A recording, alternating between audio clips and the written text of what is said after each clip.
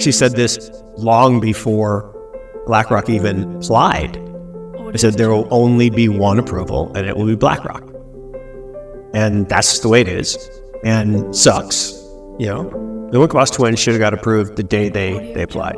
They were the first, and should have been approved. And this idea that, you know, markets are manipulated. Oh, you mean more than the triple levered, you know, S&P ETFs that have lost 99.9999999% of their value? Mm-hmm. Or, you know, gold futures that have been manipulated, and JP Morgan paid $1 billion fine last year for manipulating the price of gold. You mean more manipulated than that? Come along lately, get some, but the first one out gets the money, the bulk of the money. So I knew that they would deny Kathy, and I knew they'd deny Hunter and the gang, and give them extensions. I thought there was a 50-50 chance to get approved. I think now we got another 90 days. That pushes it into the new year. Probably more likely, but Monday changed things. Monday was clearly, in my mind, clearly a trial balloon to see kind of how it would fall. There's a conspiracy theory view on what happened Monday too. The SEC is in a tough spot in that pretty much everyone, and I do mean everyone, now agrees that this thing needs to get approved. But if you can go back to the market manipulation argument, why it hasn't been approved, then you can stall some more. So if the goal, which is the narrative that's trying to be created by saying, oh, see, this proves how manipulated it is. Somebody spread a rumor and the price moved 10%.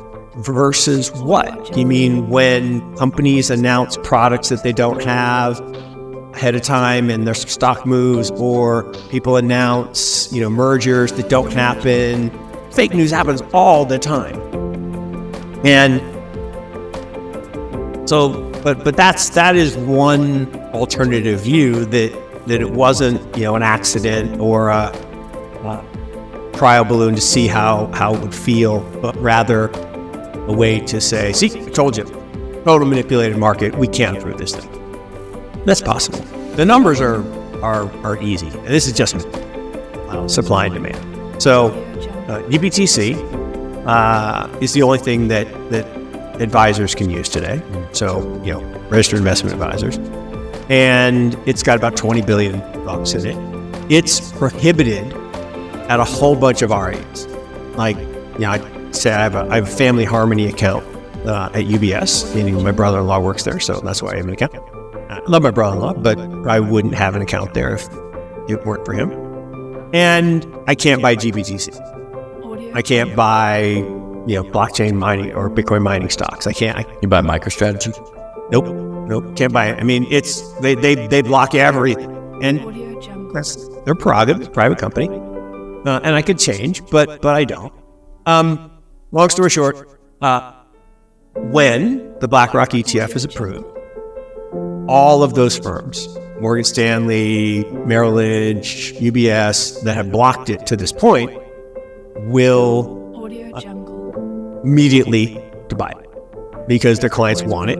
The ongoing adoption of Bitcoin by governments, institutions, and media signifies a broader recognition of its value. However, Yusko asserts this journey is just beginning, comparing the initial years to the current widespread interest and investment. With a giant spotlight on Bitcoin ETFs, Yusko highlights this being a significant development in the financial ecosystem.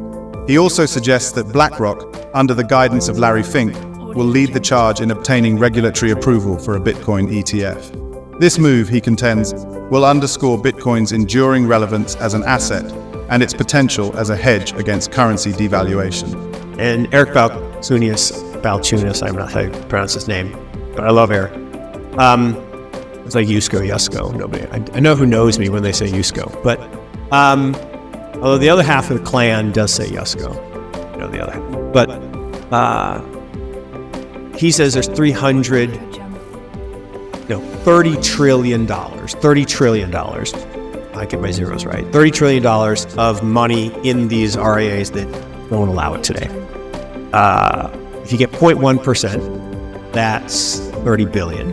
30 billion doesn't sound like a lot on a $500 billion asset, but it's not a $500 billion asset. Yeah, there's only 2 million something on exchanges, and then 2 million that have been moved within the last 6 months. So it's pretty illiquid. I mean, it's about, let's say it's 100 billion that moves. So 30 billion on 100 billion, that'll move the price. But it's not going to be 0.1%, right? I think it goes to 1%. Now we're talking 300 billion. Now 300 billion on 100 billion free float. Now you're talking a big move. 20 billion of that, I'm out of GBTC. Because there's no reason to own GBTC if you can, 2%, if you can own, BlackRock and pay 50 basis points or whatever they're charge.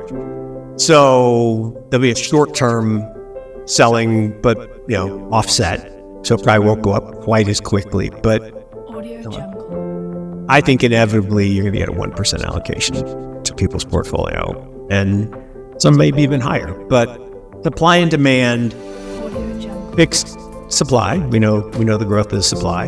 And we also have this challenge that a whole bunch that's lost or stolen. There's a whole bunch that can't move, either because multi-sig problem or just hodlers are going to hold. When that gets approved, it's going to move price. And price movement is a form of validation.